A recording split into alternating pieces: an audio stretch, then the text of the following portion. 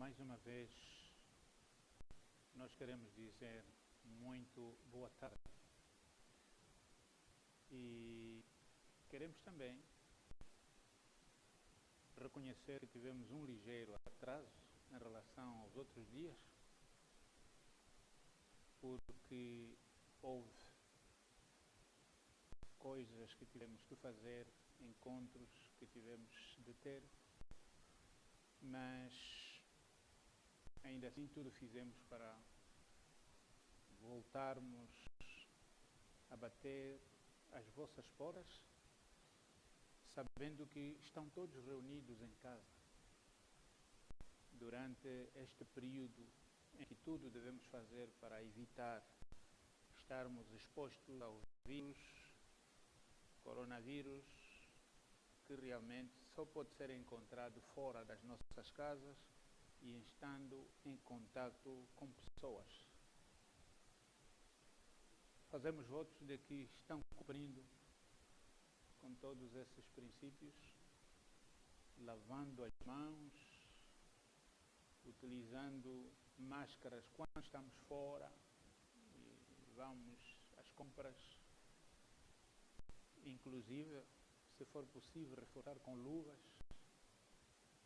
mas o mais importante ainda é mesmo lavar as mãos com sabão, se possível sabão azul, e também utilizarmos o gel com o álcool para desinfetar as nossas mãos. Hoje nós vamos meditar sobre a mulher sunamita. E este texto, por ser longo, não vai ser lido no seu todo, mas nós vamos ler apenas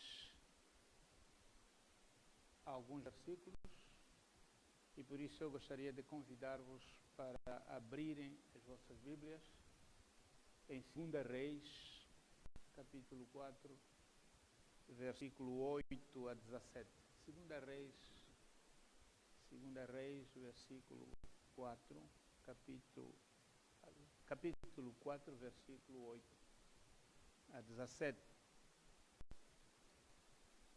E se já encontraram este livro histórico da 2 Reis, capítulo 4, versículo 8 a 17, podemos ler juntos, mas eu vos peço que leiam este livro até ao versículo 37, onde termina a história desta mulher sunamita.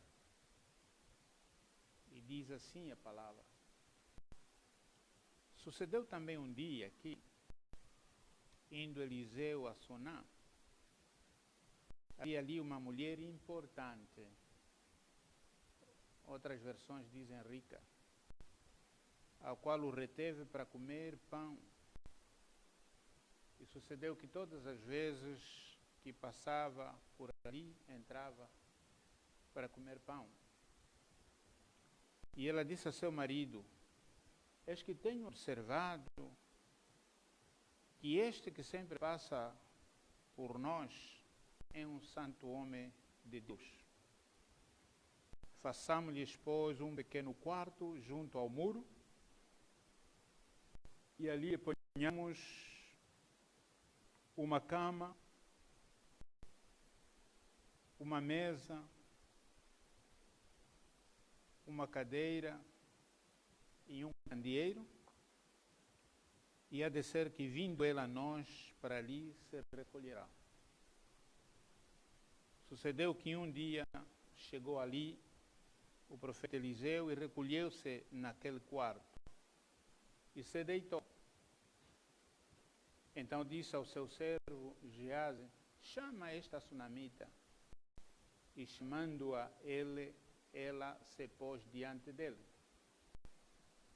Porque ele tinha falado a Geazi, seu servo, dizendo-lhe: Eis que tu nos tens tratado com todo desvelo. que se há de fazer por ti? Haverá alguma coisa de que se fale por ti ao rei ou ao capitão dos exércitos? E disse ela: eu habito no meio do meu povo. Então disse ele: que se há de fazer por ela? E Geás lembrou e disse: ora, ela não tem filho e seu marido é velho. Por isso disse ele, o profeta: chama-a. E chamando-a, ela se pôs à porta. E ele disse: a este tempo determinado, segundo o tempo da vida, abraçarás um filho. E disse ela: não, meu senhor, homem de Deus, não mintas a tua serva. E concebeu a mulher e deu à luz um filho no tempo determinado, no ano seguinte, segundo Eliseu dissera. Esse é um texto realmente muito interessante, que podem continuar a ler, mas eu vou fazer referências a todo ele. Mas antes de continuarmos, oremos a Deus. Deus, Jeová, nós te bendizemos e louvamos enquanto vivemos. Trazemos nossos corações ao teu altar, clamando pelo teu nome santo e meditando em teu poder e glória. Quando nos sentirmos espiritualmente famintos, Senhor, satisfaça a nossa fome com a tua palavra. Encha-nos de sabedoria e temor pelo teu nome. Perdoa, Senhor, e não se lembre mais dos nossos pecados, e previna-nos de toda a tentação.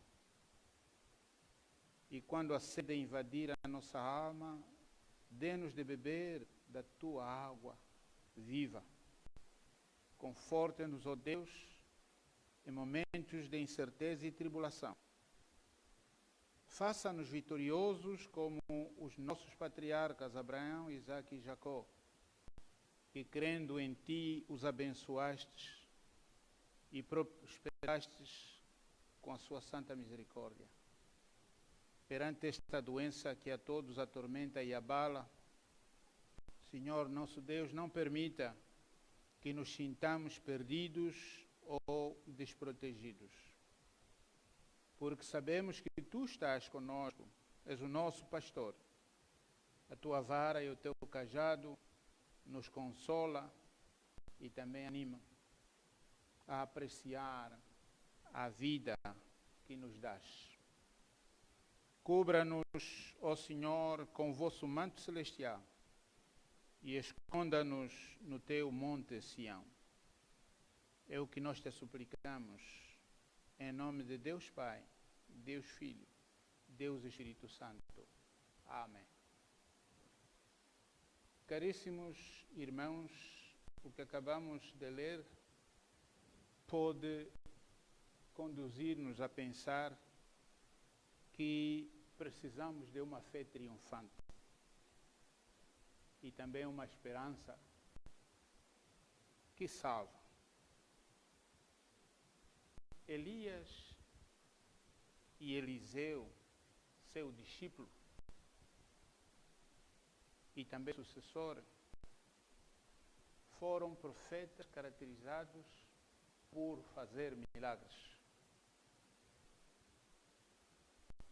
Como Jesus, a maioria dos milagres operados pelo profeta Eliseu são milagres de beneficência ou de benevolência. Mas não nos esqueçamos do milagre de Betel, cidade idólatra, onde a ira de Deus permitiu, pela palavra do profeta, que 42 rapazes idólatras fossem despedaçados por ursos ferozes. Nós podemos encontrar isso no capítulo 2 do livro que nós estamos a ler.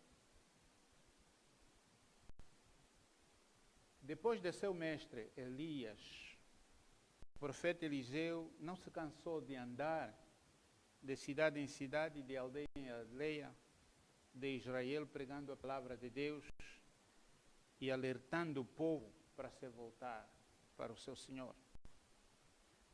Foi nestas suas andanças que uma mulher, como já dissemos, algumas vezes a Bíblia chama-na de rica, outras Bíblias também a chamam de importante, mas ela própria disse ao profeta: eu sou apenas uma simples mulher que vive no meio do seu povo, exprimindo assim a sua humildade. Foi esta mulher, altruísta, atenta e observadora, iluminada por Deus, que vendo Eliseu passar, acompanhado pelo seu servo Geazi, sentiu compaixão e o convidou para repousar, e por isso todas as vezes que por ali passava o servia, para que renovassem as suas forças para a viagem e também o trabalho a que se dedicavam. Com o tempo, esta mulher descobre que este homem é realmente um homem muito especial e segreda a seu marido, dizendo: eu vejo que este homem que sempre recebemos em nossa casa é homem de Deus. Por isso, construamos-lhes um quarto junto à parede do quintal. Coloquemos neste quarto uma cama, uma mesa, uma cadeira, um candeeiro, e há de ser que quando ele vier, a nós ali se recolherá. Para quê? Por que essa mulher pensou nisto? Conhecendo o trabalho deste homem, de Deus, ela o terá feito para que este homem ali descanse, renove as suas forças, mas também tenha tempo e condições para se preparar para o seu trabalho como homem de Deus. Foi neste quartito que Eliseu, deitado na sua cama, reconhece as beneficências desta mulher que Miqueias nos lembra quando disse: o que é que o Senhor espera de ti, senão que sejas benevolente e andes humildemente com Deus. Lembremos-nos também que esta mulher não era israelita, mas sim sunamita. É esta mulher que Deus escolheu para as boas coisas. As boas coisas vêm do coração e não só da religião. E se essa religião não for aquela que nos obriga a orarmos pelos órfãos, pelas viúvas, pelos doentes e também pelos pobres, pelos vizinhos e visitá-los, então esta religião não pode servir para a nossa salvação. Por isso, como eu dizia, enquanto o profeta estava deitado no seu belo quartito, ele lembrou-se de forma muito grata dos benefícios que esta mulher lhes oferecia, e por isso se perguntou ao seu servo: que faremos a esta mulher por aquilo que ela nos tem feito? Será que ela tem um assunto que nós poderíamos fazer chegar ao rei ou ao chefe dos exércitos? Mas quando esta mulher chegou bem junto do profeta e foi perguntada, a sua resposta foi: que isso, Senhor? Eu sou apenas uma simples mulher que vive no meio do seu povo. Isso é o que nós encontramos em 2 Reis 4, versículo 13. Dá a entender que depois disso ela saiu. Mas Eliseu insistiu com seu servo: o que se há de fazer com essa mulher? Foi então que Geazi lembrou-se e disse ao profeta: esta mulher não tem filho, embora o seu marido é velho. E Eliseu, sem pestanejar, disse a Geazi: chame. Ao que Geazi prontamente fez. E posta à porta, disse-lhe o profeta: a este tempo determinado, segundo o tempo da vida, tu abraçarás um filho. Admirada, certamente, e sabendo que não era possível, a mulher disse ao profeta: não, meu senhor, homem de Deus, não mintas a tua serva. Parece uma palavra grave, mas nós não encontramos no texto mais palavras do profeta. Significa que não respondeu à mulher e por isso deixou que as coisas continuassem e o tempo respondesse. Mas também essa resposta nos faz lembrar a nossa mãe, Sara, que recebendo o mesmo convite de, apesar da sua velhice, ter um dia um filho, ela se riu à porta da sua cozinha, porque pensou: já sou velhinha, como é que isso é possível? Milagre ou não, este é o propósito do casamento: companheirismo e também procriação. Socorro em todos os tempos, principalmente na velhice. Qualquer outro tipo de casamento é pecado, só traz azar e destruição, como também foi em Gomorra e Sodoma. A igreja reconhece este casamento e suporta este casamento de homem e uma mulher, e certamente a igreja deve repudiar outros tipos de casamento, pedofilia, incesto ou outras formas de relações ilícitas fora do casamento do homem e mulher. Esta mulher estava casada, vivia com seu marido. A história mostra que era um casamento feliz. E porque as promessas de Deus não falham, a mulher concebeu. Que alegria no lar. O filho da velhice tem estas coisas. Ora vai com a mãe, ora vai com o pai. Todos querem ter o filho de perto. Foi com o pai à lavra e sentiu-se mal. Seu pai disse a um dos servos: leva-o para sua mãe. Será que ele quis dizer: filhos doentes são para a mãe cuidar? Isto chama a atenção aos pais que não cuidam das suas famílias e também não prestam atenção aos direitos das crianças de terem pai e mãe. Na verdade, coisa grave aconteceu. A dor de cabeça aumentou e o único filho morreu. Que mulher! Em vez de sair aos gritos, o que seria normal para qualquer um, pegou no filho morto, não para a sua própria cama, mas para a cama do profeta, e fechou a porta atrás de si. E aqui começa a sua grande história de fé. E saindo distraidamente, somente conversando com seu coração, disse ao seu marido, que certamente nesta altura já tinha regressado da lavra: mande-me um dos servos para que me prepare uma jumenta, para que eu corra para o homem de Deus e volte. A pergunta do esposo revela a sua inocência sobre o que aconteceu com o filho. Porque vai a ele, senão a razão de festa religiosa para tal. E a mulher simplesmente disse: está tudo bem. Nestes momentos, os que se amam parecem tornar-se rivais.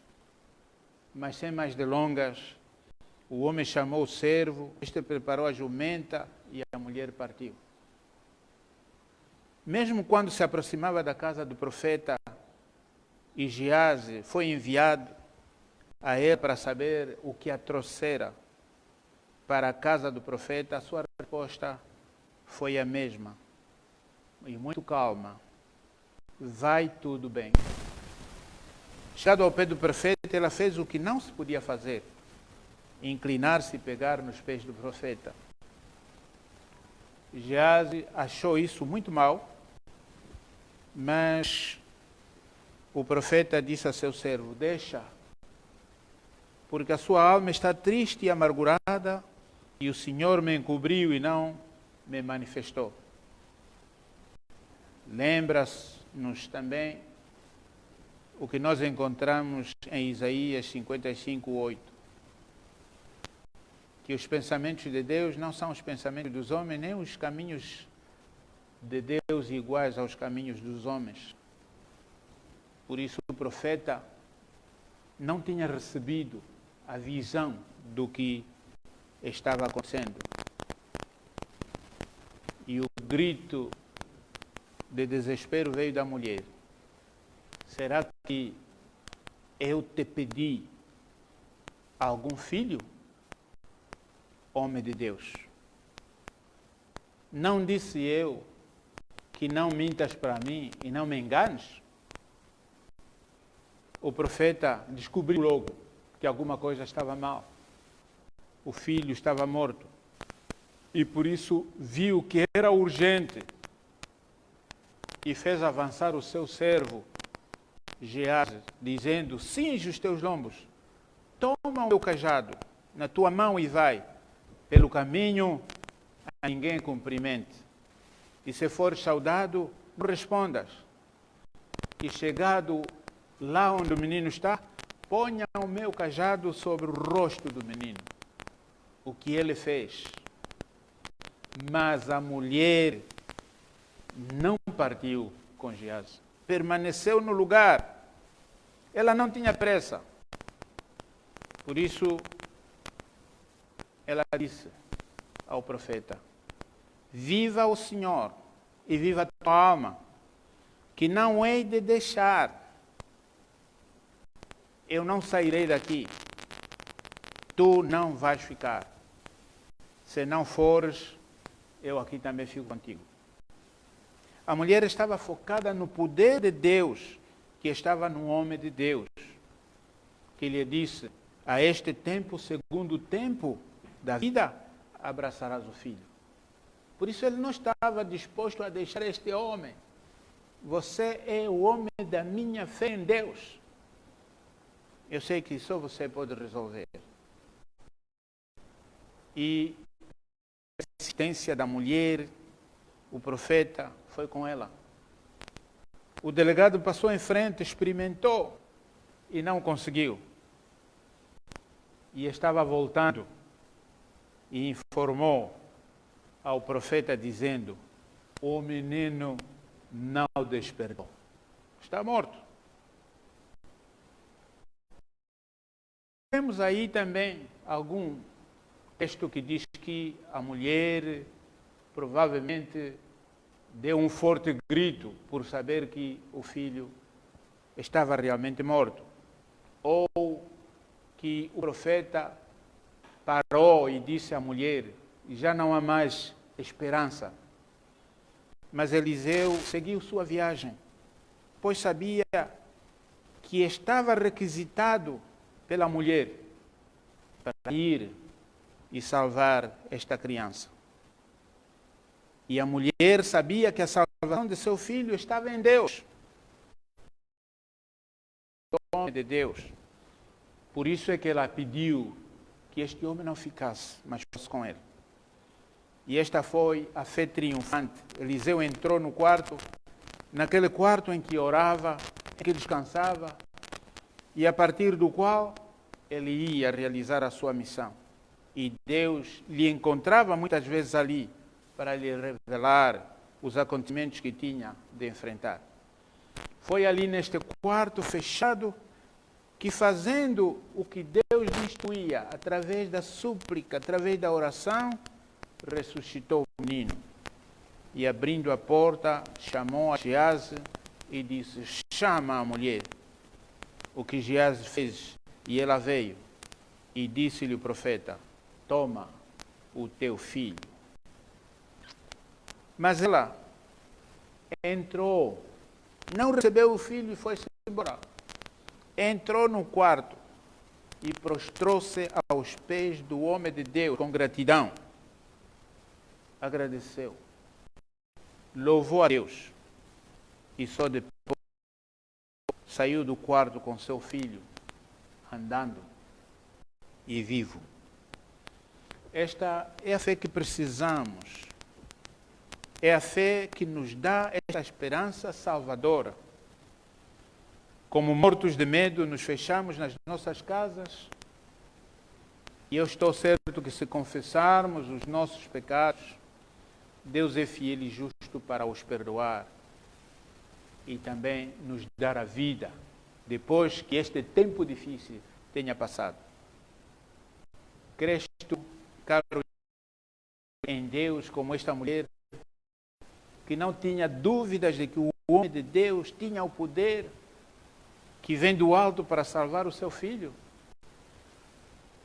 Então ore e louve a Deus, que Ele é a tua proteção, é a tua rocha, é a salvação da tua família.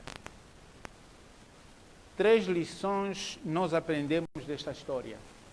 Primeiro, Deus não age através da nossa religião somente, mas através da nossa fé, principalmente. E Cristo insistiu sempre nisto. É pela fé de cada solicitante que Ele deu a salvação, a cura e o perdão de pecados. Em segundo lugar, repito o que já disse no domingo, a globalização não é sustentável sem um sistema de solidariedade focado no bem-estar do homem. Enquanto Mamon for o nosso Deus, o que vemos destruirá qualquer império que se formar, porque não será do agrado de Deus. Caríssimos irmãos, este mundo carece do amor ao próximo, carece de solidariedade. Nós estamos muito mais focados no dinheiro e em outras coisas. E nos esquecemos de que Deus nos criou seres sociáveis para vivermos em harmonia uns com os outros. E é a responsabilidade principal. Finalmente, acreditemos que Deus tem propósitos maravilhosos para nós. Não somos desgraçados. Somos somente simples homens e mulheres que vivem no meio do seu povo, para quem Deus olha sempre com misericórdia. Temos uma certa identidade, mas sejamos como esta mulher que tem olhos de reconhecer necessitados e ver no próximo a presença de Deus. Precisamos de nos reconciliarmos com Deus para que seja restaurada em nós a verdadeira identidade, que é a sua imagem. Só assim a nossa adoração será agradável aos olhos de Deus, como Deus mesmo revelou a São Paulo na sua súplica pelos romanos, quando disse: irmãos, pela compaixão de Deus, apresentem os vossos corpos como sacrifício vivo, santo e agradável a Deus, como seu culto racional. Não vos conformeis com este mundo, mas transformai-vos pela renovação do entendimento, para que experimenteis qual seja a boa, agradável e perfeita vontade. Nós, homens e mulheres, precisamos, de facto, de nos reconciliarmos com Deus, de renovarmos as nossas relações espirituais, sociais, culturais e até mesmo nossas relações intelectuais com Deus, mentais com Deus, a nossa consciência com Deus, para que, de facto, nós voltemos a este Deus que nos criou, a este Deus que nos quer bem. Caríssimos irmãos, continuemos orando ao nosso Deus, mas busquemos primeiro o reino de Deus e a sua justiça. E todas essas coisas de que precisamos nos serão, com certeza, acrescentadas.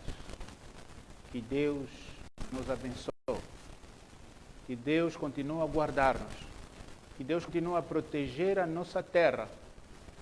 Não nos esqueçamos nas nossas orações por aqueles que estão doentes, não só por causa do vírus, mas de outras doenças também.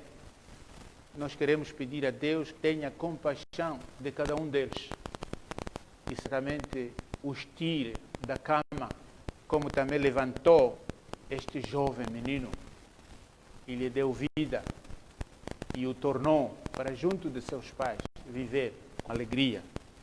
Assim também nós oramos para todos aqueles que se encontram acamados. Reiteramos as nossas orações a Deus por todos aqueles que estão envolvidos neste processo, mas acima de tudo que o Senhor livre-nos desta catástrofe o mais rápido possível.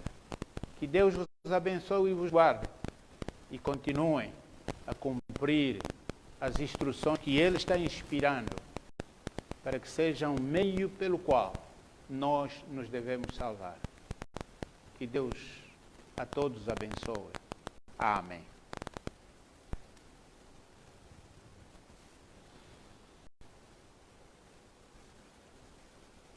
Estaremos juntos no domingo.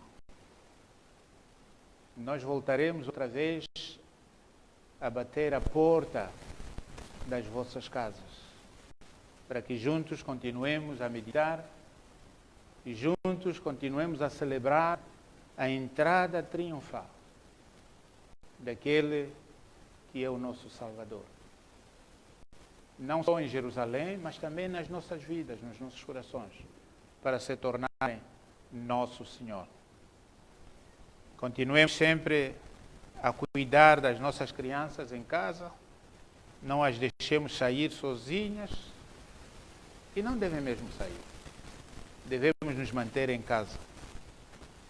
Talvez o pai ou a mãe, de vez em quando, pode sair para ir procurar comida, mas não deve esquecer-se dos elementos principais, que é realmente as luvas, a máscara, e quando voltar, higienizar-se, limpando-se, antes de tocar outros instrumentos do lar e abraçar as crianças e saudar qualquer membro da família. Nós devemos tomar isso muito seriamente. E este momento que estamos a viver deve lembrar-nos como nós devemos obedecer aos mandamentos. A obediência aos mandamentos salva. E neste caso, a salvação está no facto de que este vírus não toca ninguém se realmente essa pessoa não contactar algo, pessoa ou lugares afetados. Por isso é que as instruções nos dizem bem, devemos evitar aglomerações, devemos evitar distâncias que permitam que as pessoas que estão a tossir possam transmitir até nós o resultado dos seus espirros.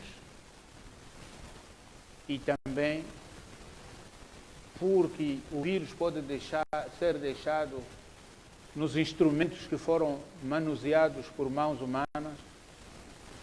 Sempre que tocarmos alguma coisa, devemos lavar as nossas mãos.